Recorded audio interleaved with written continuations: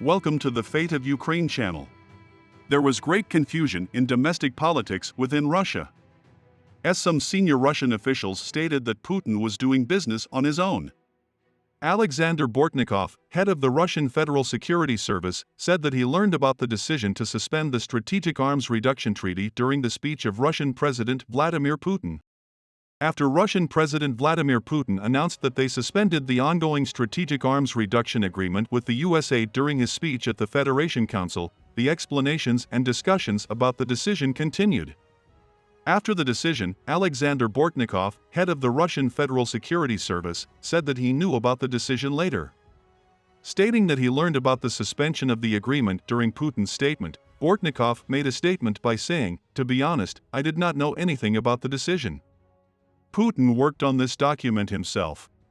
After this statement, Putin shows that he selfishly takes the decisions that need to be taken in the country alone. Putin continues to make important decisions alone, like a dictator.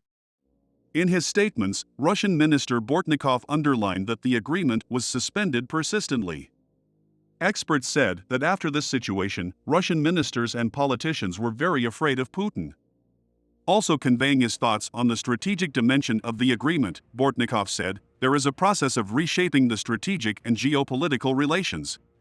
With Putin's suspension of this agreement covering nuclear weapons, he also ignited a possible nuclear war. While the war between Russia and Ukraine that started last year continues, Russian President Vladimir Putin made statements. In the statements quoted by Russia's official news agency TASS, Putin spoke about NATO and Western countries. "The countries that aim to defeat Russia have no choice but to take into account their nuclear proficiency," Putin said. After these statements, Putin is now expected to implement more nuclear deterrence by producing more nuclear weapons. Immediately after these statements of the Russian leader, it was determined that the GPS systems throughout Russia are not working to a large extent. An abnormal level of malfunctioning of GPS systems in the western and southern regions of Russia was also detected in open-source data. Experienced GPS failures were also recorded in very large areas. In fact, local Russian sources stated that in some areas there is no satellite data access at all. The resulting GPS malfunctions were also mapped by the Russian ministry. At the moment, it is not known exactly why Russia's GPS system did not malfunction. However, with Putin's suspension of the agreement covering nuclear weapons, it turned out that the GPS systems also malfunctioned. Some experts say the systems were deliberately restricted by the Russian ministry. Access to satellites is being closed so that satellites examining Russian soil do not deliberately examine it. Due to this being the case, analysts also stated that the Russian side has shut down satellite access to do clandestine work. While Russia is trying to do secret work, the US side is in great preparation. The American Army began to transfer strategic bombers and warplanes to Europe. Bombers arriving in Europe increased with Russia suspending its participation in the Strategic Offensive Weapons Treaty.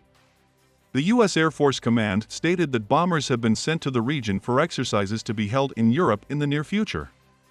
However, military experts state that the American Army made such a decision because of Russia's withdrawal from the treaty. However, he did not make any statement about the bombers of any official. Currently, it is known that two B-52H strategic bombers are deployed to Europe. However, it can also indicate that there are many more undetected warplanes. The Russian side can make a move right after this move of the USA. Experts state that the Tu-160 strategic bombers of the Russian Air Force can send them to the territory of Cuba and Venezuela. If such a scenario occurs, great events may occur around the world.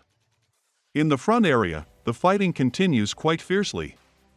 The main attacks of the Russian army take place in the areas of Lyman, Bakhmut, Avdiivka, and Shakhtarsk. Ukrainian defenders repelled 71 Russian attacks in just one day. At the moment, there is no great progress between the parties in the front area. The Russian army carried out 14 missiles and 19 airstrikes on the Ukrainian region to gain an advantage on the front line. After the attack, the Ukrainian army was able to stop many attacks by air defense systems. The Russian army continues to conduct aerial reconnaissance in the front area. After the attacks, the Ukrainian Air Force carried out massive attacks as a counterattack.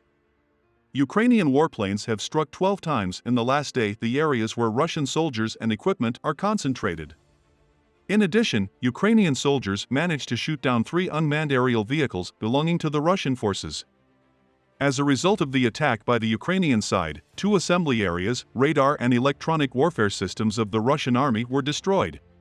On the Ukrainian-Belarusian border, hands are on guard. The Ukrainian army is monitoring the border with drones, especially in case of an attack from the Belarusian border.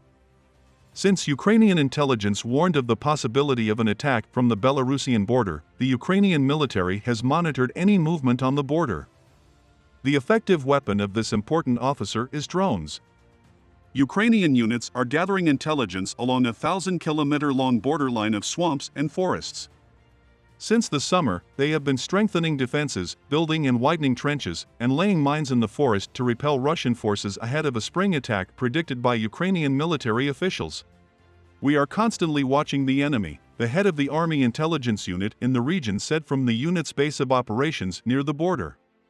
Although the solution plan offered by China did not satisfy anyone except Russia, the Ukrainian leader left the door open and found it positive that China plays a role in peace. The 12-item proposal issued by China to end the war in Ukraine drew attention. Ukraine said it would reject China's proposal unless it involved Russia withdrawing its troops to its 1991 borders, but said it was open to parts of the plan.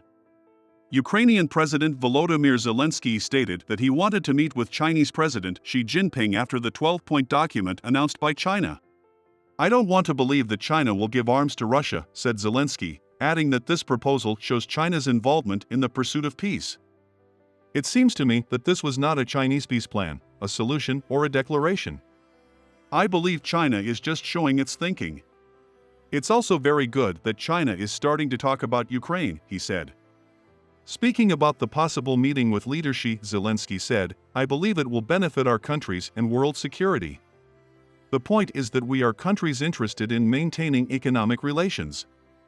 As far as I know, China has historically respected its territorial integrity. This means that he must do everything to drive Russia out of our lands.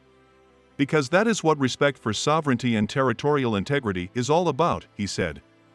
The European Union countries have agreed on a new package of sanctions against Russia, following the first anniversary of the Russia-Ukraine war. While it was stated that the new sanctions package would impose more export restrictions on dual use and technology, it was emphasized that tougher measures would be applied to individuals and institutions that support the war and supply Russia with unmanned aerial vehicles used in the war. We have come to the end of another video. You can like the video to support us. By subscribing, you can easily follow new videos. See you.